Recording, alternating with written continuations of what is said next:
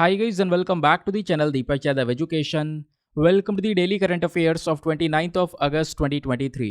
तो गाइज आज है तारीख 29 अगस्त 2023 और है ट्यूसडे। आज की तारीख से जितने भी मोस्ट इंपॉर्टेंट करंट अफेयर्स बनेंगे उन सभी करंट अफेयर्स को हम यहाँ पर डिटेल से डिस्कस करेंगे। ये वीडियो यूपीएससी और स्टेट पीएससी के पॉइंट ऑफ व्यू से काफ़ी ज़्यादा इंपॉर्टेंट हो जाता है। तो चलो शुभ आरंभ करते हैं। दोस्तों आगे बढ़ने से पहले मैं आपको बता दूं, इस लेक्चर में हम लोग मेजरली इंडियन एक्सप्रेस के ऊपर फोकस करते हैं, लेकिन इसके साथ साथ जो हमारे बाकी सारे इंपॉर्टेंट सोर्सेस हैं, चाहे वो पीआईबी हुआ, डाउन टू अर्थ हुआ, लाइव मिनट हुआ, हिंदुस्तान टाइम्स हुआ, सभी के न्यूज़ आर्टिकल्स को प्रॉपर बैकग्राउंड इन्फॉर्मेशन के साथ में कवर करते हैं। इस लेक्चर का एंड बहुत इंपॉर्टेंट है दोस्तों, उसको मिस मत करना, क्योंकि वीडियो के लास्ट में डेली बेसिस पे आपको एमसीक्यूज़ की प्रैक्टिस करवाई जाती है। यानी पूरे लेक्चर को फुल कंसंट्रेशन के साथ में सुनना है। लास्ट में आपको एक टेस्ट मिलेगा, उस टेस्ट को अटेम्प्ट करना, जो भी आपका स्कोर आएगा उसको नीचे कमेंट सेक्शन में लिखना। इससे आपके अंदर एक हाई कॉन्फिडेंस आता हुआ नजर आएगा। बाकी अगर आप लोगों को इस लेक्चर का पीडीएफ चाहिए तो क्या करना है, सबसे पहले टेलीग्राम पर जाना है, वहाँ पे जाके सर्च बॉक्स में लिखना दीपक यादव एजुकेशन यूपीएससी। आपको ये टेलीग्राम चैनल मिलेगा, यहाँ से आप डेली बेसिस पे इस लेक्चर के पीडीएफ को डाउनलोड कर पाओगे। और अगर आप मेरे साथ में पर्सनली जुड़ना चाहते हो तो उसके लिए इंस्टाग्राम पर जा सकते हो, वहाँ पर जाके अगेन आपने लिखना है दीपक यादव एजुकेशन। मेरा प्रोफाइल मिलेगा जहाँ पर 13,000 से ज़्यादा लोग ऑलरेडी जुड़ चुके हैं। आप भी मेरे साथ में पर्सनली जुड़ सकते हो। नाउ फाइनली स्टार्ट करते हैं सेशन को। काफ़ी सारे आर्टिकल्स हैं जिसको हम लोग टू द पॉइंट इन्फॉर्मेशन के तहत डिस्कस करेंगे, यानी कि जितनी बात एग्जामिनेशन में पूछी जा सकती है इन आर्टिकल्स में से उतनी ही बात मैं आपको बताऊंगा। ज़्यादा कुछ यहाँ पर हम लोग फालतू की बात नहीं करते हैं इस पर्टिकुलर वीडियो में, इस वजह से काफ़ी सारे लोग इस वीडियो को पसंद करते हैं। चलो सबसे पहला जो आर्टिकल है ये बात करता है north east special infrastructure development scheme के बारे में। तो इस आर्टिकल को GS paper number 2 government schemes and initiatives के पॉइंट ऑफ व्यू से आप इसको लिंक कर सकते हो। तो हाल ही में ये न्यूज़ में क्यों निकल कर आया पहले वो जान लेते हैं, क्योंकि न्यूज़ पता होगी तभी हम लोग इस आर्टिकल को आगे अच्छे से समझ पाएंगे। तो हाल ही में जो हमारा कैबिनेट है उन्होंने north east special infrastructure development scheme को कंटिन्यू करने के लिए एक अप्रूवल दे दिया है, और उस अप्रूवल के साथ साथ बोला है कि जो कुछ पैसा है लगभग 8,139 करोड़ रुपीस खर्चे जाएंगे। किस चीज़ के लिए? नॉर्थ ईस्ट रीजन के अंदर डेवलपमेंट के लिए। नाम से ही हम लोग को पता चल रहा है। पहला क्वेश्चन ये है, सर ये नॉर्थ ईस्ट रीजन कौन सा हुआ? तो आपको पता होगा इंडिया का जो मैप है उसमें ये वाला जो पोर्शन है पूरा का पूरा नॉर्थ ईस्ट रीजन कहलाता है। और इस नॉर्थ ईस्ट रीजन में कौन कौन से स्टेट्स आते हैं? अरुणाचल प्रदेश, नागालैंड, मणिपुर, मिजोरम, त्रिपुरा, उसके बाद मेघालय, देन उसके बाद एक असम देखने को मिलेगा, और इधर आपको यहाँ पर सिक्किम देखने को मिलेगा। तो ये सारे के सारे स्टेट्स हमारे नॉर्थ ईस्ट इंडियन स्टेट्स कहलाते हैं। ये आपने ध्यान में रखना है, क्योंकि यहाँ पर इन सभी स्टेट्स की जो कनेक्टिविटी है हमारे पूरे भारत के साथ में बहुत ही नाजुक तरीके से, आप यहाँ पर देख पा रहे होंगे, इसको हम लोग सिलीगुड़ी कॉरिडोर या चिकन नग कॉरिडोर के नाम से जानते हैं। तो एक छोटा सा पट्टी है, एक छोटा सा पोर्शन है जिसके माध्यम से ये पूरा का पूरा नॉर्थ ईस्ट रीजन भारत से जुड़ता है। समझ गए इस बात को? तो बेसिकली यहाँ पर इस पर्टिकुलर रीजन में पूरी तरह से डेवलपमेंट करना, इसके ऊपर ये फोकस करता है ये वाला स्कीम, जिसको हम north east special infrastructure development scheme के नाम से जानते हैं। इस स्कीम को अप्रूवल मिला था हमारी सरकार के माध्यम से as a central sector scheme 2017 में। दोस्तों ये बेसिकली एक सेंट्रल सेक्टर स्कीम है। सेंट्रल सेक्टर स्कीम मतलब यहाँ पर सारा खर्चा जो हमारी केंद्र सरकार है यानी सेंट्रल गवर्नमेंट है वो करती है। 100% जो यहाँ पर खर्चा है वो केंद्र सरकार करती है। और एक होती है central sponsored scheme. Central sponsored scheme दोस्तों वो स्कीम्स होती हैं जहाँ पर केंद्र सरकार प्लस राज्य सरकार आपस में मिलकर कॉन्ट्रीब्यूट करके यहाँ पर खर्चा करती हैं, लेकिन इस पर्टिकुलर स्कीम में सारा खर्चा केंद्र सरकार का है। ये जो स्कीम के गाइडलाइंस है इसके अंदर जैसा मैंने बोला है कि 100% जो सेंट्रल फंडिंग है वो होने वाली है। 100% जो पैसा है वो हमारी केंद्र सरकार जो है प्रोवाइड करवाएगी हमारे नॉर्थ ईस्ट रीजन की स्टेट गवर्नमेंट को, और उस पैसे के माध्यम से सारा का सारा जो डेवलपमेंट है या इंफ्रास्ट्रक्चर प्रोजेक्ट्स है वो लगाए जाएंगे। अब जो भी पैसा दिया जाएगा उस फंडिंग से क्या हुआ स्पेशली, तो उस फंडिंग से हम लोग फोकस करेंगे फिजिकल इंफ्रास्ट्रक्चर के प्रोजेक्ट्स के ऊपर में। Water supply, power, connectivity, tourism को बढ़ाने के ऊपर फोकस किया जाएगा। Social infrastructure, primary secondary sectors of education, health sector, इन सब चीज़ों के ऊपर ये पैसा खर्चने वाले हैं। तो ये जो नई गाइडलाइंस है, नए नियम है, ये क्या बोलते हैं? ये बोलते हैं कि साल 2022-23 से लेकर साल 2025-26 तक जो ये कैबिनेट है इन्होंने 2 प्रकार के अलग अलग कंपोनेंट्स को अप्रूवल दिया है। वो 2 कंपोनेंट्स कौन कौन से हैं? एक है NESIDS रोड और दूसरा NESIDS other than roads infrastructure. NESIDS दोस्तों घबराना मत, ये वही फुल फॉर्म है जो अभी हमने थोड़ी देर पहले डिस्कस किया था। North east special infrastructure development scheme. तो ये बेसिकली यहाँ पर एक स्पेशल तरीके से रोड के ऊपर फोकस करता है। दूसरा यहाँ पर रोड के अलावा जो दूसरे इंफ्रास्ट्रक्चर्स हैं उसके ऊपर मेन फोकस करता है। तो उनके लिए यहाँ पर जो गाइडलाइंस है वो आपको देखने को मिलेगी। ये जो स्कीम है ये एक सेंट्रल सेक्टर स्कीम है, ऑलरेडी मैं डिस्कस कर चुका हूँ। 100% यहाँ पर सेंट्रल फंडिंग आपको देखने को मिलेगी। सरकार का जो डिसीजन है कि जो हमारे नॉर्थ ईस्ट इंडियन डेवलपमेंट के लिए जो अलग अलग स्कीम्स है, for example north east road sector development scheme है, इसको हम लोग अपने रोड कंपोनेंट वाले के साथ में मिला देंगे। इससे क्या होगा, कुछ नई फ्रेश गाइडलाइंस वगैरह लेकर आने की कोशिश करेंगे, जिससे पूरे के पूरे नॉर्थ ईस्ट इंडिया का रीस्ट्रक्चरिंग डेवलपमेंट यहाँ पर स्टार्ट होगा। और इस पर्टिकुलर स्कीम का मेन ऑब्जेक्टिव क्या है तो मैं आपको बता चुका हूँ। मेन ऑब्जेक्टिव यहाँ पर यही है कि जो हमारी अलग अलग सेंट्रल मिनिस्ट्रीज़ हैं, डिपार्टमेंट्स हैं, उन सब का जो एफर्ट्स है उन एफर्ट को यहाँ पे आगे सपोर्ट करना, ताकि ये डेवलपमेंट वेलफेयर एक्टिविटीज़ को आगे चलाया जा सके। ये स्कीम कहीं ना कहीं जो आज के समय पर गैप हैं कई सारे, जिस गैप के माध्यम से जो हमारे नॉर्थ ईस्टर्न स्टेट्स है वो काफ़ी पीछे रह जा रहे हैं, उस गैप को फिल करने का ये काम करेगा। ठीक है, तो आई होप दोस्तों आपको ये सारी बातें north east special infrastructure development scheme को लेकर समझ में आ चुकी है। आगे आते हैं नेक्स्ट आर्टिकल पर। नेक्स्ट आर्टिकल इंपॉर्टेंट है, कॉलेरा के बारे में बात करेंगे। जीएस पेपर नंबर 2 हेल्थ के पॉइंट ऑफ व्यू से दोस्तों आप इसको लिंक कर सकते हो।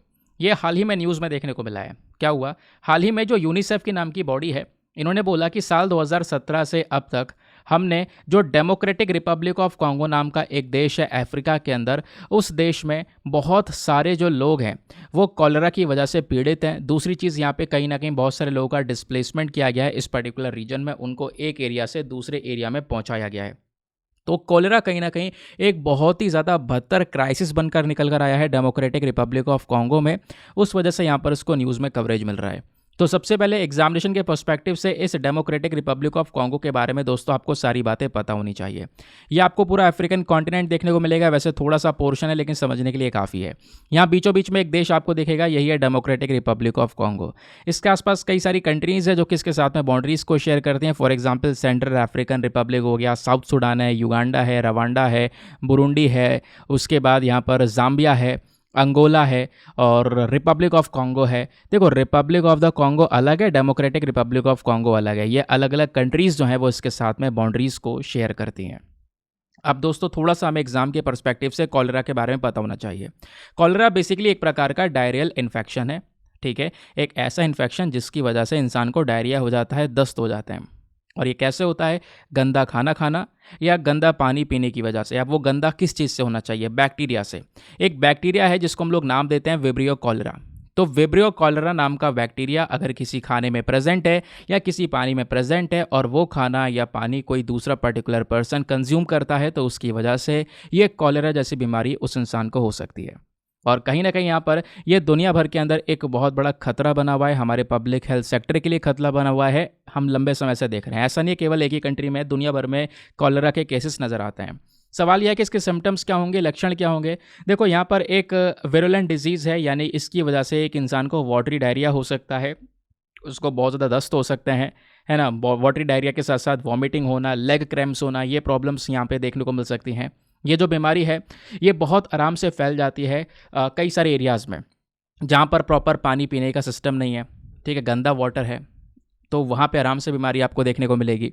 आज के समय में कह सकते हो लगभग 3 WHO pre qualified oral cholera vaccine है, यानी कि इस कॉलेरा जैसी बीमारी से लड़ने के लिए हमारे पास में कितनी टोटल 3 इंपॉर्टेंट वैक्सीन्स हैं, और वो वैक्सीन्स वर्ल्ड हेल्थ ऑर्गेनाइजेशन ने ऑलरेडी क्वालिफाई कर दी है। उन 3 वैक्सीन्स के नाम क्या क्या हैं तो यहाँ पर आप देख पाओगे, एक है दुकोरल, उसके बाद है सेंकोल, उसके बाद ये है एक यूविकोल प्लस। तो ये 3 इंपॉर्टेंट वैक्सीन्स आपको यहाँ पर देखने को मिलेंगी। ये तीनों वैक्सीन्स अगर हम देखें तो इन तीनों वैक्सीन्स में 2-2 डोजेज़ हैं। जैसे कोविड की 2 डोज लगी थी ना, वैसे यहाँ पर इन वैक्सीन्स की 2-2 डोजेज़ हैं। अगर किसी को फुल प्रोटेक्शन चाहिए तो 2 डोज लेना ज़रूरी है। अब ये सारी बातें हमने डिस्कस कर ली कॉलेरा के बारे में। अब थोड़ा सा यूनिसेफ के बारे में बात करेंगे, क्योंकि स्पेशली यूनिसेफ ये सारा data Democratic Republic of Congo को लेकर हमारे सामने आया है। यूनिसेफ की फुल फॉर्म है United Nation children's fund. Again ये हमारे यूनाइटेड नेशन की एक इंपॉर्टेंट और एक स्पेशलाइज एजेंसी है, जिसका मेन मकसद है ह्यूमैनिटेरियन और डेवलपमेंट असिस्टेंस को लेकर काम करना। खासकर जो बच्चे हैं या माएँ हैं डेवलपिंग कंट्रीज़ में, जहाँ पर हालात अभी ज़्यादा अच्छे नहीं हैं, तो वहाँ पे उन सभी लोगों को सपोर्ट करने के लिए जो यूनिसेफ है ये वर्क करता है। यूनिसेफ की नाम की बॉडी को 1946 में बनाया गया था। इसका हेडक्वार्टर न्यूयॉर्क सिटी में है। स्पेशली यूएस के अंदर में। ये ऑर्गेनाइजेशन लगभग 190 से ज़्यादा कंट्रीज़ और टेरिटरीज़ के अंदर में दुनिया भर में काम कर रहा है।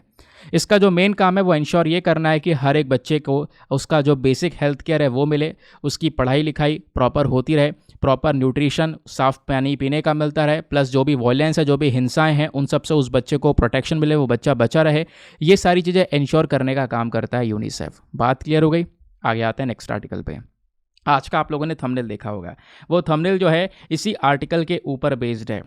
तो अभी ना ये जो जनजाति है, एक इस जनजाति का नाम है पिरुपकुरा ट्राइब। पिरुपकुरा ट्राइब, ये जो पूरी जनजाति की पूरी एक कम्युनिटी आपको देखने को मिलेगी। इस ट्राइबल कम्युनिटी के जो अंतिम जीवित लोग हैं ये आपको देखने को मिलेंगे स्क्रीन पर। ये लोग ना ब्राज़ील में पाए गए हैं रिसेंटली, तो इसी वजह से कहीं ना कहीं यहाँ पर इनका कवरेज बहुत ज़्यादा हो रहा है। और दोस्तों मैं आपको बता दूं, यूपीएससी ने कई बार पहले ट्राइबल कम्युनिटी को लेकर कई सारे क्वेश्चंस पूछे गए हैं। ठीक है, तो article GS paper number 1 geography के पॉइंट ऑफ व्यू से भी इंपॉर्टेंट है, कैसे वो सब कुछ डिस्कस करूंगा। लेकिन आगे बढ़ने से पहले मेक श्योर करना वीडियो पे लाइक का बटन उसको प्रेस कर देना। एक हमारा छोटा सा टारगेट है यार 2000 प्लस लाइक्स का, प्लीज़ आप उसको पहुंचा सकते हो। तो खबर ये निकल कर आती है कि हाल ही में जो अमेजन के जंगल का आखिरी सर्वाइवर है, स्पेशली कौन से ट्राइब का, जो पिरुपकुरा ट्राइब है, उस ट्राइब के, उस ट्राइबल कम्युनिटी के जो अंतिम लोग हैं वो यहाँ पर पाए गए हैं। इस वजह से यहाँ पर ये न्यूज़ में, कहाँ पर, अमेजन के अंदर, स्पेशली ब्राज़ील में। तो पिरुपकुरा ट्राइब के बारे में कुछ बेसिक इन्फॉर्मेशन आपको पता होनी चाहिए। ये जो ट्राइबल कम्युनिटी है ये कहीं ना कहीं बहुत लंबे समय से बिल्कुल अलग रही है बाकी जो नॉर्मल पीपल है उनके साथ में, उनके बिल्कुल उनसे अलग रहे हैं, ये आइसोलेशन में देखने को मिले हैं। और इनका जो जीने का तरीका है वो बिल्कुल ट्रेडिशनल तरीका है जैसे पुराने ज़माने में लोग रहा करते थे। ये जो लोग हैं, भले ही इन लोगों ने बहुत सारे चैलेंजेस फेस करे हैं।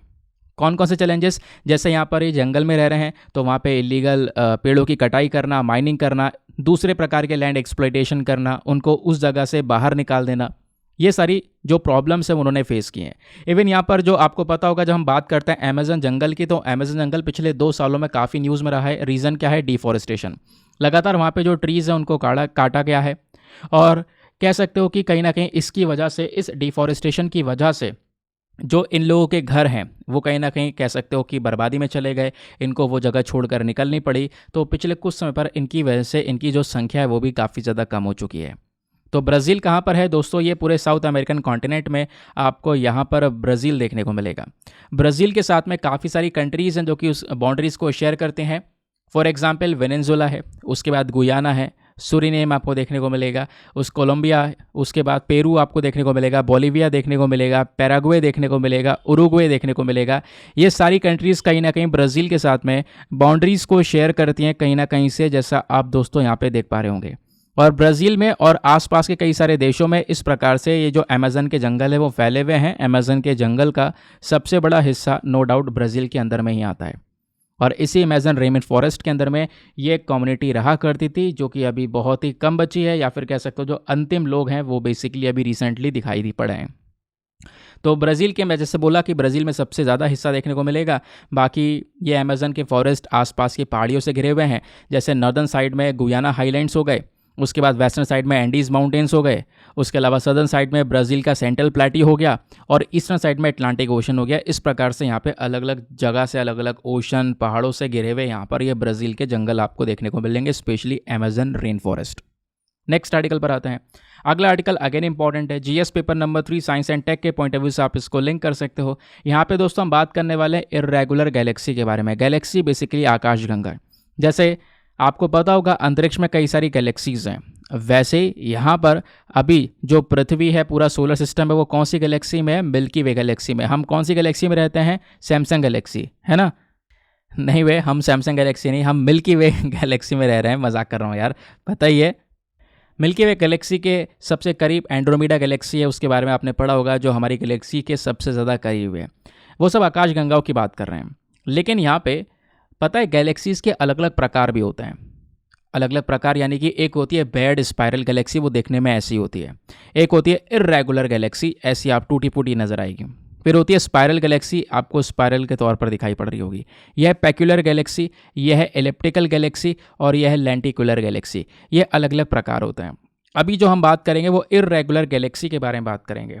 क्यों बात करेंगे? रीज़न क्या है? रीज़न यह है कि जो हबल स्पेस टेलीस्कोप है, इसने हाल ही में एक इर्रेगुलर गैलेक्सी जिसका नाम है ESO 316, इस गैलेक्सी का जो इमेज है वो कैप्चर किया है। ये गैलेक्सी कितनी दूर है? ये लगभग कह सकते हो कि 28.7 मिलियन लाइट ईयर्स दूरी पर स्थित है। स्पेशली एरिडेनस नाम का एक सदर्न कॉन्स्टलेशन है। एरिडेनस कॉन्स्टलेशन क्या होता है दोस्तों, आपको पता होगा, जो बड़े बड़े सितारे होते हैं ना, बहुत चमकदार सितारे होते हैं, वो इस तरीके से शेप में सेट होते हैं कि वो एक ना एक शेप बना रहे होते हैं। जैसे यहाँ पर इरेडिनस कॉन्स्टलेशन की जब बात करते हैं तो वो इस प्रकार का शेप बनाता है स्टार्स में। कभी कभी यहाँ पर जो इरेडिनस है वो बेसिकली यहाँ पर इस प्रकार से भी दिखाई पड़ता है। तो स्टार्स जो हैं जब वो एक प्रकार की शेप बना रहे होते हैं उसको हम कॉन्स्टलेशन बोलते हैं। तो इरेडिनस कॉन्स्टलेशन के अंदर में लगभग 28.7 मिलियन लाइट ईयर्स दूरी पर यह गैलेक्सी फाउंड की गई है और ये बेसिकली इर्रेगुलर गैलेक्सी है, ध्यान रखना है। तो इसी वजह से हमें पढ़ना है कि इर्रेगुलर गैलेक्सीज कौन सी होती हैं। इर्रेगुलर गैलेक्सी वो गैलेक्सी होती है जिसका कोई भी पर्टिकुलर शेप नहीं होता। जैसे स्पाइरल गैलेक्सी में आपने देखा कि एक स्पाइरलिंग वाला आपको ये शेप नज़र आ रहा है ना, लेकिन इर्रेगुलर गैलेक्सी में इसका कोई भी ऐसा शेप नहीं है। छोटी बड़ी या कैसी भी साइज़ की, आड़े तिरछी साइज़ की हो सकती है। और आपको पता होना चाहिए जो इर्रेगुलर गैलेक्सीज होती हैं ये कभी कभी बहुत ही ज़्यादा छोटी होती हैं। यानी कि जो हमारा जो सूर्य है, जो सन है, केवल सन से 100 मिलियन टाइम्स ज़्यादा भारी होती हैं। और कई बार ये गैलेक्सीज, इर्रेगुलर गैलेक्सीज बहुत बड़ी होती हैं, बहुत वज़नदार होती हैं, हमारे सूरज से 10 बिलियन गुना ज़्यादा भारी हो सकती हैं। ठीक है, तो इन गैलेक्सीज के अंदर में आपको पता होना चाहिए बहुत सारे गैस और बहुत सारा जो डस्ट है वो भरा हुआ है। बहुत सारा गैस और डस्ट इन गैलेक्सीज में आपको देखने को मिलता है। अब क्वेश्चन यहाँ पर ये इर्रेगुलर गैलेक्सी बनती कैसे है, तो इसका एक सबसे बड़ा एग्जाम्पल दिया है। इर्रेगुलर गैलेक्सी बनने के पीछे का रीज़न है कई बार जो दो बड़ी बड़ी गैलेक्सीज हैं आपस में टकरा रही होती हैं। जैसा आप देख पाओगे ये एक गैलेक्सी है, ये दूसरी गैलेक्सी है, आपस में यहाँ पर टकरा रही हैं, आपस में ये मिल रही हैं, मर्ज हो रही हैं, तब इनका शेप बिगड़ जाता है, तब ये इर्रेगुलर गैलेक्सीज बन जाती हैं। अब ये होता कैसे है कि दोस्तों यहाँ पे देख पा रहे होंगे ये दोनों गैलेक्सीज के बीच में ग्रेविटी है, और वो जो ग्रेविटेशनल फोर्स है वो ग्रेविटेशनल फोर्स दोनों ही सेपरेट गैलेक्सीज को आपस में खींच रही है, आपस में इंटरेक्ट करवा रही है। और जैसे यहाँ पर ये आपस में इंटरेक्ट करेंगे इससे जो इनका शेप है वो इर्रेगुलर बन जाता है, तब ये इर्रेगुलर गैलेक्सीज कहलाती हैं। इर्रेगुलर गैलेक्सीज आप कह सकते हो गैलेक्सी इंटरेक्शन की वजह से जन्म लेती हैं, या टकराने की वजह से, या आपस में दो गैलेक्सीज मिल रही हो उसकी वजह से। ठीक है, तो ये यहाँ पे आपने फॉर्मेशन इसका समझ लिया है। तो इस इरेगुलर गैलेक्सी का एक फ़ोटो किसने भेजा है? हबल स्पेस टेलीस्कोप ने। तो हबल स्पेस टेलीस्कोप के बारे में भी आपको पता होना चाहिए। ये जो स्पेस टेलीस्कोप है इसको बनाया गया है नासा के सुपरविजन के अंडर में, national aeronautics space and administration के अंदर में। आपको पता होगा नासा बेसिकली यूएस की स्पेस एजेंसी है। तो हबल स्पेस टेलीस्कोप का नाम ही ये हबल स्पेस क्यों पड़ा? तो एक पर्टिकुलर पर्सन है जिनका नाम है एडविन हबल। ठीक है, ये अमेरिकन एस्ट्रोनॉमर में सबसे पहले व्यक्ति हैं 20वीं सेंचुरी के जिनके नाम के ऊपर इस हबल स्पेस टेलीस्कोप का नाम रखा गया। हबल स्पेस टेलीस्कोप को ऑर्बिट में रखा गया था, लगभग आप कह सकते हो पृथ्वी से 600 किलोमीटर की दूरी पर यहाँ पे इसको रखा गया है। और बोला जाता है कि अपने आप में सबसे बढ़िया टेलीस्कोप की कैटेगरी में, जैसे बड़ी लिस्ट है ना बढ़िया टेलीस्कोप की, उसी कैटेगरी में इसको रखा गया है। इस टेलीस्कोप ने अभी तक 15 लाख से ज़्यादा बड़े बड़े ऑब्जर्वेशंस हमारे अंतरिक्ष के करके दिए हैं, जिनमें से कई सारे रिसर्च पेपर्स भी पब्लिश हो चुके हैं और लगातार और भी काफ़ी सारी जो रिसर्चेस हैं वो जारी हैं। बोला जा रहा है ये जो टेलीस्कोप है हबल स्पेस टेलीस्कोप, इसका जो साइज़ है वो एक स्कूल की जो बस होती है उससे भी बड़ा साइज़ है। 7.9 फीट का मिरर लगा हुआ है इसके अंदर में, बहुत ही शानदार फ़ोटो खींच के भेजता है हमें हमारे अंतरिक्ष की, हमारे स्पेस की। प्लस वो ऑब्जर्व करता रहता है यूनिवर्स के अंदर में क्या क्या चल रहा है, दूरी पर कौन कौन से सितारे हैं, गैलेक्सीज, प्लैनेट्स, इन सब को ऑब्जर्व करने का काम कर रहा है ये Hubble space telescope. Clear? Next article पर आते हैं। अगले आर्टिकल में दोस्तों TRAI that is telecom regulatory authority of India के बारे में बात की जा रही है। तो क्या है TRAI ये भी बताऊंगा, लेकिन उससे पहले खबर पढ़ लेते हैं। तो जो telecom regulatory authority of India है, इन्होंने यहाँ पर प्रपोज किया है कि ये आर्टिफिशियल इंटेलिजेंस का यूज़ करेंगे नेटवर्क की क्वालिटी को मॉनिटर करने के लिए, उसको मापने के लिए। ठीक है, ये अभी नया जो रेगुलेशन आया है, नया ड्राफ्ट तैयार किया जा रहा है, उसके अंदर बात रखी जा रही है। आर्टिफिशियल इंटेलिजेंस का यूज़ करेंगे ताकि क्वालिटी को और इम्प्रूव किया जाए। इस वजह से TRAI न्यूज़ में है और आपको एग्जाम के लिए पढ़ना है, specially GS paper number 2 polity and governance के पॉइंट ऑफ व्यू से। तो telecom regulatory authority of India क्या है? देखो, ये जो बॉडी है इसको एस्टेब्लिश किया गया, इसको बनाया गया है पार्लियामेंट के एक कानून के माध्यम से। उस कानून का नाम है telecom regulatory authority of India act 1997। और इस TRAI का मेन पर्पज़ क्या है? इसका मेन पर्पज़ है हमारी टेलीकॉम सर्विसेज को रेगुलेट करना। टेलीकॉम सर्विसेज बेसिकली जो आपको पता है ना, एयरटेल, वोडाफोन, जियो, ये सब हमारी टेलीकॉम कंपनीज़ हैं। ये जो आपको सर्विसेज दे रही हैं, मोबाइल फ़ोन के अंदर सिम के अंदर सर्विसेज मिल रही हैं, वो सारी टेलीकॉम सर्विसेज हैं। तो इन सब को कंट्रोल करने के लिए, इन टेलीकॉम कंपनीज़ को कंट्रोल करने के लिए भी इनके ऊपर एक बॉडी बैठी है, that is telecom regulatory authority of India. इनका मेन काम होता है कि भाई जो आपको सर्विस मिल रही है उसमें कितना टैरिफ लगाना है, कितना नहीं लगाना है, वो सब कुछ फिक्स करने का काम भी इनके ऊपर होता है। इनकी रिस्पॉन्सिबिलिटी होती है कि जितनी भी टेलीकम्युनिकेशन सेक्टर हैं भारत में, जैसे मैंने आपको बताया, एयरटेल, ये वोडाफोन, जो भी यहाँ पे कंपनीज़ हैं, इनको रेगुलेट करना, इनके लिए गाइडलाइंस लेकर आना, इनके लिए नियम कानून बनाना, वो सारा काम भी हमारा ट्राई का ही होता है। ठीक है, अब इसके कंपोजिशन के बारे में बात करते हैं। Very very important, directly composition आपसे पूछा जा सकता है। तो ट्राई नाम की जो बॉडी है, इसके अंदर एक पर्टिकुलर चेयरपर्सन होते हैं, ध्यान रखना, एक चेयरपर्सन होते हैं प्लस 2 से ज़्यादा फुल टाइम मेंबर्स इसमें नहीं हो सकते। तो एक चेयरपर्सन, 2 से ज़्यादा फुल टाइम मेंबर्स नहीं हो सकते और 2 से ज़्यादा पार्ट टाइम मेंबर्स नहीं हो सकते। क्लियर? तो 2 से ज़्यादा पार्ट टाइम मेंबर्स नहीं हो सकते, 2 से ज़्यादा फुल टाइम मेंबर्स नहीं हो सकते और एक चेयरपर्सन। तो ये टोटल 5 लोग आपको इसमें देखने को मिल जाते हैं। और जो चेयरपर्सन और जो मेंबर्स होते हैं हमारे ट्राई के, इनको कौन अपॉइंट करता है? तो इनको अपॉइंट करती है हमारी केंद्र सरकार, हमारी सेंट्रल गवर्नमेंट। और ड्यूरेशन कितना होता है, नहीं कितने समय के लिए इनको अपॉइंट किया जाता है? तो बेसिकली यहाँ पर कह सकते हो 3 साल का वैसे इनका अपॉइंटमेंट पीरियड है। दूसरी चीज़, जो उम्र है वो मैक्सिमम एज भी सेट की गई है 65 ईयर्स, यानी इनमें से जो भी मेंबर्स अपॉइंट होते हैं या तो ये 3 साल तक काम कर सकते हैं या फिर 65 साल की उम्र तक काम कर सकते हैं। दोनों में जो भी पहले हो रहा पूरा हो जाए उसके हिसाब से इनका टेन्योर खत्म हो जाता है। अब क्वेश्चन यहाँ पर यह है कि हमारी सरकार कंट्रोल करती है ट्राई को या ट्राई कंट्रोल करता है सरकार को? आओ ये भी डिस्कस कर लेते हैं। ये telecom regulatory authority of India कोई भी कंप्लीट इंडिपेंडेंट बॉडी नहीं है। ऐसा मत समझना सारे डिसीजन ये खुद ले सकती है, एक बिल्कुल यहाँ पर आत्मनिर्भर बॉडी है, ऐसा कुछ भी नहीं है।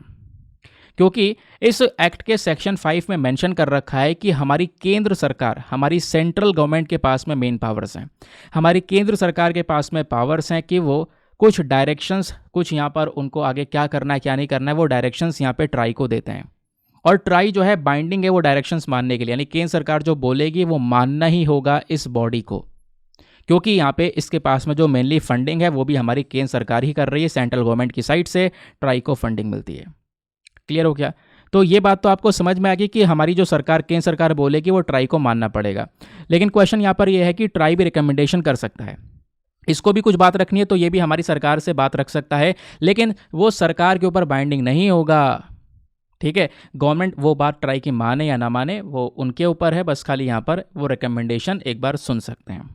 क्लियर हो गया? आगे आते हैं नेक्स्ट आर्टिकल पे। अगले आर्टिकल में दोस्तों दिबांग मल्टीपर्पज़ प्रोजेक्ट के बारे में बात की जा रही है। Again important project, GS paper number 1 geography के पॉइंट ऑफ व्यू से इंपॉर्टेंट है, क्योंकि यहाँ पे हम लोग दिबांग नदी के बारे में भी बात करेंगे। तो खबर क्या है? खबर यह है कि जो स्टेट का यानी अरुणाचल प्रदेश में ये प्रोजेक्ट है, तो वहाँ की खुद की जो हाइड्रो पावर कंपनी है NHPC, उन्होंने हाल ही में एक पर्टिकुलर जो अग्रीमेंट है वो क्या है राइट्स के साथ में, कि वो एक रेलवे साइडिंग को बनाने वाले हैं इस दिबांग मल्टीपर्पज़ प्रोजेक्ट के लिए अरुणाचल प्रदेश में। इस वजह से यहाँ पर ये न्यूज़ में है, लेकिन ये आपको पता है डायरेक्टली जो न्यूज़ है वो एग्जामिनेशन में नहीं पूछी जाती है। पूछा जो जाएगा वो उसका पीछे का बैकग्राउंड का कंटेंट पूछा जाएगा। For example Dibang multipurpose project के बारे में आपको सारी बातें पता होनी चाहिए। तो ये जो प्रोजेक्ट है एक प्रकार का फ्लड कंट्रोल और हाइड्रो इलेक्ट्रिक पावर प्रोजेक्ट है। ठीक है, हमारी बाढ़ को रोकने के लिए प्लस बिजली का उत्पादन करने के लिए इस प्रोजेक्ट को लगाया गया है। इस प्रोजेक्ट को यहाँ पर पूरी तरह से प्लान किया गया है कि वो दिबांग नदी के ऊपर तैयार होगा। दिबांग नदी के ऊपर तैयार किया जा रहा है। दिबांग नदी आपको पता होना चाहिए ब्रह्मपुत्र नदी की एक सहायक नदी है जो कि अरुणाचल प्रदेश के अंदर बहती है। तो ये 2880 मेगावाट की इंस्टॉल्ड कैपेसिटी आपको देखने को मिल जाएगी। ये हमारे देश का सबसे बड़ा हाइड्रो पावर फैसिलिटी माना जाएगा। इसको कौन तैयार कर रहा है? तो इस प्रोजेक्ट को तैयार कर रही है हमारी इंडिया की खुद की जो national hydro electric power corporation है NHPC, बेसिकली वो बॉडी इसको तैयार कर रही है। तो दिबांग हाइड्रो इलेक्ट्रिक प्लांट में कब क्या होने वाला है? ये जो प्रोजेक्ट है इस प्रोजेक्ट का मेन मकसद होगा कि बहुत सारे बिजली को यहाँ पर जनरेट करना।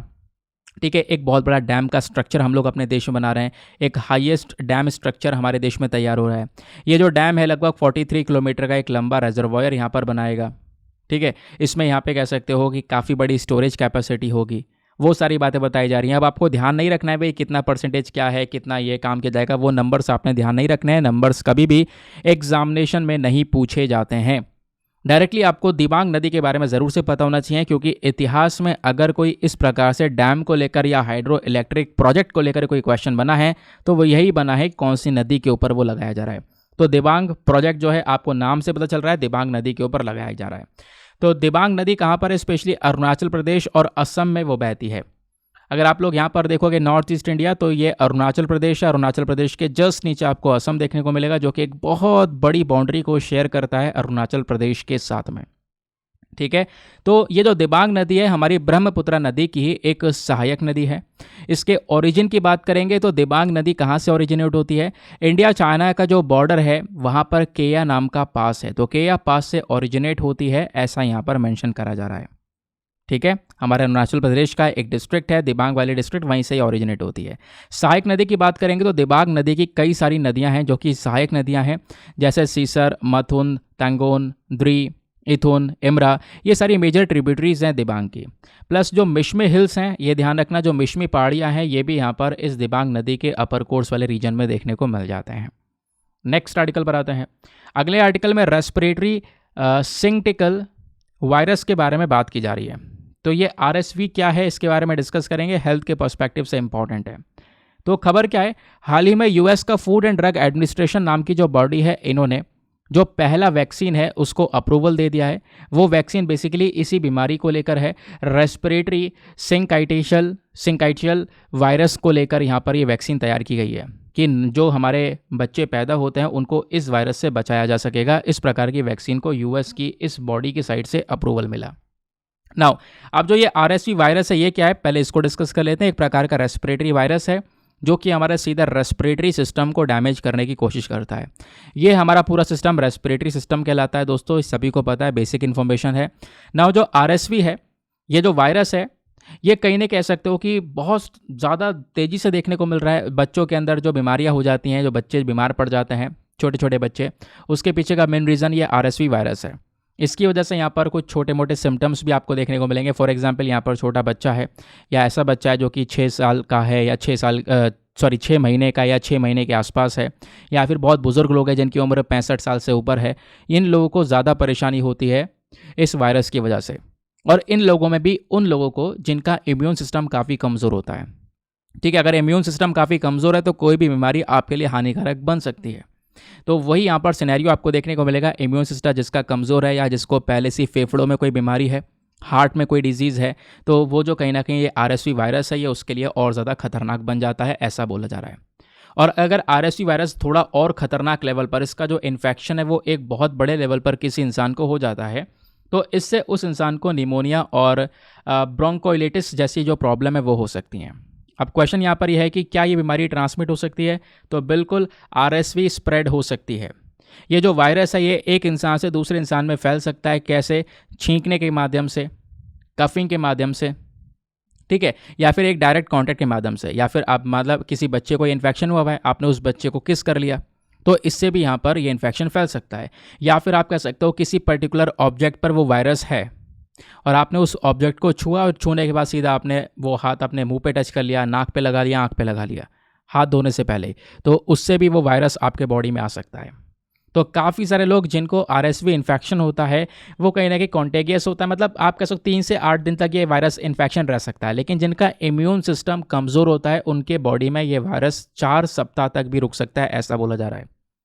अब क्वेश्चन यहाँ पर यह है, ये जो रेस्पिरेटरी सिस्टम का इन्फेक्शन है ये 4 से 6 दिन तक रहता है, लेकिन इसमें कई सारे सिम्टम्स देखने को मिलेंगे। नाक बहने लगेगी, भूख मर जाएगी, कफ होने लगेगा, स्नीजिंग होने लगेगी, खांसी छींके सब होने लगेंगी, बुखार होने लगेगा। ठीक है, ये प्रॉब्लम्स यहाँ पर ज़्यादातर नज़र आती हैं। आगे आते हैं नेक्स्ट आर्टिकल पे। दोस्तों अगले आर्टिकल में IREDA के बारे में बात की जा रही है, that is Indian Renewable Energy Development Agency. Again एक important article, GS paper number 3 environment and ecology के पॉइंट ऑफ व्यू से आप इसको लिंक कर सकते हो। तो हमारी खबर क्या निकल कर आती है, न्यूज़ ये निकल कर आती है कि Indian Renewable Energy Development agency जो है, इन्होंने हाल ही में एक मेमोरेंडम ऑफ अंडरस्टैंडिंग साइन किया है ministry of new and renewable energy के साथ में। इस वजह से आपने क्या करना है, इस Indian Renewable Energy Development agency के बारे में पढ़ना है। दोस्तों IREDA के नाम से ही पता चल रहा है ये एक ऐसी बॉडी है जो कि रिन्यूएबल एनर्जी के ऊपर स्पेशल फोकस करती है। रिन्यूएबल एनर्जी जो कि बेसिकली कहीं पर भी पॉल्यूशन पैदा नहीं करती है, ठीक है। जैसे हमारी सोलर एनर्जी, विंड एनर्जी, ये सब रिन्यूएबल एनर्जी हैं। तो इनके डेवलपमेंट के लिए यहाँ पर ये जो बॉडी है इसको तैयार की गई है। तो ये मिनी रत्न कैटेगरी में आने वाली बॉडी है, एक प्रकार का नॉन बैंकिंग फाइनेंशियल इंस्टीट्यूशन है। NBFC जिसको बोलते हैं, NBFC का मेन काम क्या है, लोन वगैरह देने का काम करते हैं, पैसों का सपोर्ट करने का ये काम करते हैं, ठीक है। लेकिन ये बॉडी किसके अंडर में आती है, ministry of new and renewable energy के अंडर में आती है। ये एक पब्लिक लिमिटेड गवर्नमेंट कंपनी भी है जिसको as a non banking financial institution establish किया गया 1987 में, ऑलरेडी डिस्कस कर चुके हैं। IREDA का मेन काम क्या है कि भाई एक फाइनेंशियल सपोर्ट प्रोवाइड करवाना। मान लो किसी को प्रोजेक्ट लगाना है रिन्यूएबल एनर्जी का, तो उस व्यक्ति को, उस कंपनी को सपोर्ट करने का काम करता है ये। इसका मेन मोटो है वो है एनर्जी फॉर एवर। बाकी यहाँ पर इसका मेन ऑब्जेक्टिव मैं आपको बता चुका हूँ, फाइनेंशियल सपोर्ट करना अलग अलग प्रोजेक्ट्स, अलग अलग स्कीम्स को लेकर, जिसमें मेन मकसद है एनर्जी को प्रोड्यूस करना, इलेक्ट्रिसिटी का, बिजली का उत्पादन करना बिल्कुल नए तरीके से, रिन्यूएबल तरीके से। तो उस कैटेगरी में यहाँ पर ये प्रोजेक्ट्स को फाइनेंसिंग करने में, सपोर्ट करने में काम करता है। अब क्वेश्चन यहाँ पे ये है, ये IREDA है तो इसके पास खुद फंडिंग कैसे आती है। तो ये अपनी खुद की कमाई जनरेट करता है, क्योंकि जैसे मैंने बोला ये लोन देने का काम करेगा। अब लोन देगा तो ऑब्वियस सी बात है उस पर ब्याज भी कमाएगा। जो हमारी नॉन बैंकिंग फाइनेंशियल इंस्टीट्यूशंस होते हैं वो क्या करते हैं, लोन देते हैं। लोन पे जो ब्याज मिलता है उसकी वो कमाई होती है इनकी। उसके अलावा यहाँ पर ये अलग अलग जगह से फंड भी उठाते हैं, मार्केट में बहुत सारा फंड उठाते हैं। उसके बाद यहाँ पर कह सकते हो फंड रेज भी करते हैं, बोरोइंग्स करते हैं, ठीक है। तो उनसे कहीं ना कहीं आप कह सकते हो ये जो बॉडी है अपना एक हैवी रेवेन्यू को जनरेट कर लेती है। तो ये हमने IREDA के बारे में डिस्कस किया। आई होप दोस्तों आपको सारी चीज़ अच्छे से क्लियर हो चुकी हैं। नाउ देखते हैं आपने कितने कंसंट्रेशन के साथ में सभी चीज़ों को सुना है, क्योंकि अब आपसे एक टेस्ट लिया जाएगा और वो टेस्ट बेसिकली हमारे इसी लेक्चर के ऊपर बेस्ड है। और मैं आपको लाइन से पहले सारे के सारे क्वेश्चंस बताऊंगा, उसके आंसर देते हुए चलना लाइव चैट में, फिर लास्ट में सारे के सारे क्वेश्चन के आंसर भी इकट्ठे हम लोग पढ़ेंगे। तो क्वेश्चन यहाँ पर पहला ये बोलता है, इर्रेगुलर गैलेक्सी को लेकर 2 स्टेटमेंट दिए गए हैं, बताना है कौन सा स्टेटमेंट सही है। पहला स्टेटमेंट, इर्रेगुलर गैलेक्सी के अंदर में बहुत ज़्यादा मात्रा में गैस और डस्ट पाया जाता है। सेकेंड स्टेटमेंट, इर्रेगुलर गैलेक्सीज जो हैं ये तब बनती हैं जब 2 अलग अलग सेपरेट गैलेक्सीज ग्रेविटेशनल फोर्स के माध्यम से मिल रही होती हैं, ठीक है। तो ग्रेविटेशनल फोर्सेस जो हैं ये अलग अलग सेपरेट गैलेक्सीज में जब इंटरेक्ट करती हैं आपस में, उसकी वजह से रेगुलर गैलेक्सी बनती है। तो बताओ दोनों स्टेटमेंट में से कौन सा स्टेटमेंट सही है। Option A1 only, B2 only, C दोनों सही हैं या D दोनों गलत हैं। नाउ नेक्स्ट क्वेश्चन पर आते हैं, बहुत ध्यान से इस क्वेश्चन को सॉल्व करना। यहाँ पे बात की जा रही है telecom regulatory authority of India के बारे में। तो ट्राई को लेकर 3 स्टेटमेंट दिए गए हैं, बताना है इनमें से कितने स्टेटमेंट सही हैं। कौन सा स्टेटमेंट सही है ये नहीं बताना, कितने स्टेटमेंट सही हैं ये बताना है। पहला स्टेटमेंट, ये एक प्रकार की स्टैचुटरी बॉडी है जिसका मेन काम है टेलीकम्युनिकेशन जो सेक्टर है उसको लेकर नई नई नीतियों को बनाना। सेकेंड स्टेटमेंट, जो चेयरपर्सन और बाकी मेंबर्स होते हैं ट्राई के, इनको हमारी केंद्र सरकार अपॉइंट करती है। थर्ड स्टेटमेंट, जो ट्राई रिकमेंडेशन देती है वो हमारी केंद्र सरकार के ऊपर बाइंडिंग होता नहीं, केंद्र सरकार को वो बात माननी ही माननी होगी जो ट्राई यहाँ पर बोलेगा। तो बताओ तीनों स्टेटमेंट में से कितने स्टेटमेंट सही हैं। ऑप्शन A केवल 1, ऑप्शन B केवल 2, ऑप्शन C सारे ऑप्शन सही हैं, या ऑप्शन नंबर D इनमें से कोई सही नहीं है। नेक्स्ट क्वेश्चन बहुत ही इजी सा है, दिबांग मल्टीपर्पज़ प्रोजेक्ट कौन से राज्य में स्थित है। Option number A Arunachal Pradesh, B Assam, C Sikkim या फिर D मणिपुर। नेक्स्ट क्वेश्चन, अगले क्वेश्चन में RSV वायरस के बारे में पूछा जा रहा है, रेस्पिरेटरी सिंकाइटल वायरस के बारे में आपसे पूछा जा रहा है। 2 स्टेटमेंट दिए गए हैं, बताना है कौन सा स्टेटमेंट सही है। पहला स्टेटमेंट, ये एक प्रकार का सीवर इन्फेक्शन है जिसकी वजह से निमोनिया और ब्रोंकोलाइटिस हो सकता है। सेकेंड स्टेटमेंट, ये कॉन्टेगियस नहीं है, यानी एक इंसान से दूसरे इंसान में ये नहीं फैलता है। तो बताओ दोनों स्टेटमेंट में से कौन सा स्टेटमेंट सही है। Option A1 only, B2 only, C दोनों सही हैं या D दोनों गलत हैं। नेक्स्ट क्वेश्चन पर आते हैं। अगले क्वेश्चन में Indian Renewable Energy Development agency that is IREDA के बारे में चर्चा की जा रही है। तो IREDA को लेकर 2 स्टेटमेंट दिए गए हैं, बताओ कौन सा स्टेटमेंट सही है। पहला, इस बॉडी को रजिस्टर किया गया है as a non banking financial company हमारी रिजर्व बैंक ऑफ इंडिया के साथ में। सेकेंड स्टेटमेंट, ये अपना काफ़ी सारा जो रेवेन्यू है वो जनरेट करते हैं ब्याज के माध्यम से। बाकी ये जो प्रिंसिपल रीपेमेंट्स आती हैं प्रोजेक्ट्स की, जो जहाँ पर उन्होंने पैसा लगाया था, उन सब के माध्यम से इनका रेवेन्यू जनरेशन होता है। तो बताओ दोनों स्टेटमेंट से कौन सा स्टेटमेंट सही है। Option A1 only, B2 only, C दोनों सही हैं या D दोनों गलत हैं। नेक्स्ट क्वेश्चन इंटरेस्टिंग था ये। तो पिरिपकुरा ट्राइब जो कि हाल ही में न्यूज़ में देखने को मिली है, ये कौन से रीजन को बिलोंग करती है ये बताना है। Option A Arctic region, B African savanna region, C Himalayan region या D Amazon forest region. Now next question पर आते हैं। अगले क्वेश्चन में कॉलरा के बारे में पूछा गया है। कॉलरा को लेकर 2 स्टेटमेंट दिए गए हैं, बताना है कौन सा स्टेटमेंट सही है। पहला स्टेटमेंट, कॉलरा होता है कि अगर कोई खाना या कोई पानी विब्रियो कॉलरा बैक्टीरिया से कॉन्टेमिनेट हो जाता है, वो बैक्टीरिया उस खाने या पानी में प्रेजेंट होता है, इसकी वजह से कॉलरा फैलता है। सेकेंड स्टेटमेंट, प्रेजेंट समय पर यानी आज के समय पर कोई भी वैक्सीन नहीं है जो इस बीमारी से लड़ सके। तो बताओ दोनों स्टेटमेंट्स में से कौन सा स्टेटमेंट सही है। Option A 1 only, B 2 only, C दोनों सही है या डी दोनों गलत हैं। नेक्स्ट क्वेश्चन पर आते हैं। अगले क्वेश्चन में north east special infrastructure development scheme के बारे में आपसे पूछा जा रहा है। 2 स्टेटमेंट दिए गए हैं, बताना है कौन सा स्टेटमेंट सही है। पहला स्टेटमेंट बोलता है कि ये जो स्कीम है ये फंडिंग देती है हमारे फिजिकल इंफ्रास्ट्रक्चर के प्रोजेक्ट्स को जो कि वाटर सप्लाई पावर से रिलेटेड हैं। दूसरा स्टेटमेंट बोलता है इसमें 100% सेंट्रल फंडिंग है, यानी कि इस स्कीम के अंदर में 100% जो पैसा है वो हमारी केंद्र सरकार खर्च करेगी, हमारी स्टेट गवर्नमेंट्स को देगी हमारे नॉर्थ ईस्टर्न रीजन के लिए। ठीक है, स्पेशली नॉर्थ ईस्टर्न रीजन की जो स्टेट गवर्नमेंट है उनको ये पैसा दिया जाएगा फॉर द डेवलपमेंट। तो बताओ दोनों स्टेटमेंट में से कौन सा स्टेटमेंट सही है। Option A 1 only, B 2 only, C दोनों सही हैं या डी दोनों गलत हैं। तो दोस्तों ये थे सारे के सारे क्वेश्चंस। आई होप आप लोगों ने मैक्सिमम क्वेश्चंस को बिल्कुल सही अटेम्प्ट किया होगा। नाउ समय है इन क्वेश्चंस के आंसर्स को देखना। लास्ट वाले क्वेश्चन से आंसर को देखना स्टार्ट करेंगे और आप लोग प्लीज़ चेक करना और मैच करना कितने सही किए और कितने गलत किए हैं। फिर अपना स्कोर नीचे कॉमेंट सेक्शन में लिख देना। तो यहाँ पे एक आखिरी क्वेश्चन से हम लोग देखना स्टार्ट करेंगे। यहाँ से पूछा गया था north east special infrastructure development scheme को लेकर कि बताओ दोनों स्टेटमेंट में से कौन सा स्टेटमेंट सही है। दोनों के दोनों स्टेटमेंट्स दोस्तों यहाँ पे करेक्ट हैं। फिर नेक्स्ट क्वेश्चन में पूछा गया था कॉलेरा को लेकर बताओ 2 स्टेटमेंट है कौन सा सही है। पहला वाला सही है, दूसरा वाला गलत है। दूसरा वाला गलत इसलिए है क्योंकि यहाँ पे आपको पता होगा मैंने बोला है 3 वैक्सीन अवेलेबल हैं इस बीमारी के लिए। यहाँ पे बोला गया है कोई भी वैक्सीन नहीं है, तो इस वजह से हमारा सेकंड स्टेटमेंट गलत है। केवल 1 only is the correct answer. फिर पूछा गया पिरुपकुरा ट्राइब को लेकर, वो हाल ही में जो न्यूज़ में देखने को मिली है, कौन से रीजन को बिलोंग करते हैं। तो अमेजन फॉरेस्ट रीजन को बिलोंग करते हैं, ऑलरेडी डिस्कस किया। फिर उसके बाद में Indian Renewable Energy Development agency को लेकर 2 स्टेटमेंट दिए गए हैं, बताओ कौन सा सही है। तो दोनों के दोनों स्टेटमेंट्स यहाँ पर दोस्तों करेक्ट हैं। फिर आपसे पूछा गया रेस्पिरेटरी सेंट्रल वायरस को लेकर, RSV वायरस को लेकर बताओ 2 स्टेटमेंट है कौन सा सही है। तो पहला वाला तो सही है, दूसरा वाला गलत है। दूसरा वाला गलत इसलिए क्योंकि ये बीमारी एक इंसान से दूसरे इंसान में बहुत आराम से फैल जाती है। फिर नेक्स्ट क्वेश्चन पूछा गया दिबांग मल्टीपर्पज़ प्रोजेक्ट कौन से राज्य में है। तो इसका सही उत्तर है option number A Arunachal Pradesh. फिर आपसे पूछा गया ट्राई को लेकर बताओ 3 स्टेटमेंट है कौन सा सही है। तो सॉरी कितने सही हैं। तो केवल 2 स्टेटमेंट सही हैं, एक गलत है। कौन कौन सा सही है। पहला वाला सही है, दूसरा वाला सही है, तीसरा वाला गलत है। क्योंकि तीसरे वाले में बोला जा रहा है कि जो ट्राई के रिकमेंडेशंस होते हैं वो हमारी केंद्र सरकार को मानने ही मानने होते हैं। दोस्तों ऐसा नहीं है, केंद्र सरकार माने या ना माने उनके ऊपर कोई भी ऐसा बाइंडिंग फार्मूला नहीं है, जबकि ट्राई को केंद्र सरकार की बात माननी पड़ती है। फिर आपसे पूछा गया इरेगुलर गैलेक्सीज को लेकर 2 स्टेटमेंट दिए गए हैं, बताओ कौन सा सही है। तो अगेन दोनों के दोनों स्टेटमेंट सही हैं यहाँ पर। तो दोस्तों कितने क्वेश्चन आप लोगों ने सही किए हैं और कितने गलत हुए हैं ज़रा फटाफट नीचे कमेंट सेक्शन में बताओ और अपना स्कोर ज़रूर से लिख देना, क्योंकि उसी से आपको पता चलेगा कि आपने कितना इंप्रूवमेंट किया है कल के हिसाब से। तो फिर अब हम कल मिलेंगे। फिलहाल जो भी आपका स्कोर आता है नीचे कमेंट सेक्शन में लिख देना। कम है तो उससे डीमोटिवेट मत होना, रोज़ाना मिलेंगे और वहाँ पे आप आराम से वीडियो को सुनने के बाद में ये फॉलो कर सकते हो और इन क्वेश्चंस को अटेम्प्ट कर सकते हो। कल यार लेक्चर नहीं आ पाया मंडे में, मेरी स्पाइन में प्रॉब्लम चल रही है बहुत लंबे समय से, बैठा नहीं जा रहा है। तो एक के बाद एक जो प्रॉब्लम है, जब शरीर के अंदर हेल्थ के अंदर प्रॉब्लम ढेर सारी हो जाती है ना, तो कहीं ना कहीं यहाँ पर जो कैपेसिटीज़ है काम करने की, जो एनर्जी है वो कहीं ना कहीं बहुत ज़्यादा कम हो जाती है। वही चीज़ यहाँ पर कहीं ना कहीं मैं फेस कर रहा हूँ और लंबे समय से एक के बाद एक जो प्रॉब्लम है वो फेस कर रहा हूँ। फिलहाल जैसे तैसे पूरी कोशिश करके मैंने हर चीज़ को कंटिन्यू रखने की कोशिश की है। इवन द हिंदू न्यूज़पेपर को तो बहुत ही मुश्किल से अभी तक कंटिन्यू रखा हुआ है। बीच में हो सकता था कि गैप हो जाए, बट नहीं हो पाया, गैप नहीं होने देंगे।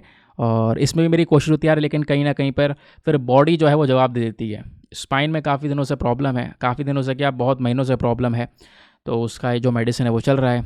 अब यार बैठने में काफ़ी दिक्कत होती है कभी कभी, तो उस चक्कर में काम नहीं कर पाता हूँ। बाकी कभी कभी काम अटक ही जाता है अपना, उसकी वजह से भी रुक जाता है, लेकिन फिर भी मैं मेंटेन करूँगा और करेंगे मेंटेन यार, लेकर चलेंगे 100% रेगुलर लेकर चलेंगे। ना मिलते हैं आपसे अगले वीडियो में। आज के लिए bye bye, have a nice day, thank you and जय हिंद।